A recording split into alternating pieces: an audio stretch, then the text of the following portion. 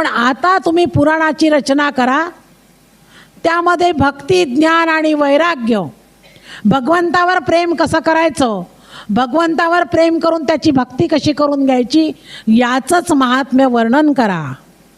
आणि तेव्हा नारदांनी व्यासांना ब्रह्मदेवानी जे 4 श्लोक सांगितले होते, ते 4 श्लोक नारदांनी व्यास महर्षींना सरस्वती नदीच्या किनारी ऐकवले.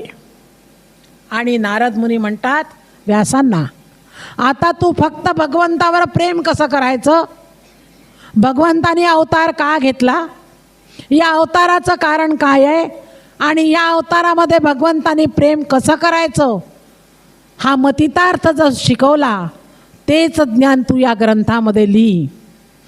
तो ग्रंथ जर तू लिहिशील तरच तुला मनःशांती मिळेल, असा माझा तुला आशीर्वाद आहे.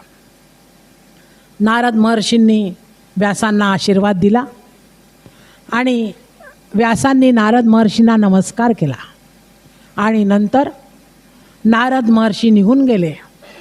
नारद महर्षी निघून गेल्यानंतर सरस्वती नदीच्या किनाऱ्यावर व्यास महर्षींनी नारदांनी सांगितलेल्या 4 श्लोकांचं मंथन केलं.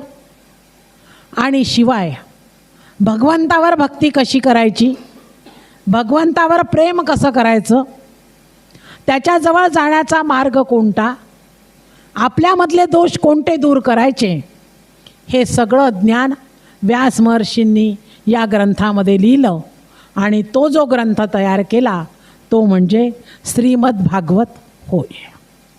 या भागवत ग्रंथानंतरच व्यास महर्षींना मनःशांतीची प्राप्ती झाली, व्यास महर्षींना परमानंदाची प्राप्ती झाली. आणि व्यास महर्षी आनंदाने नंतर हिमाचल प्रदेशात जाऊन व्यास महर्षी समाधी अवस्थेमध्ये लीन झाले.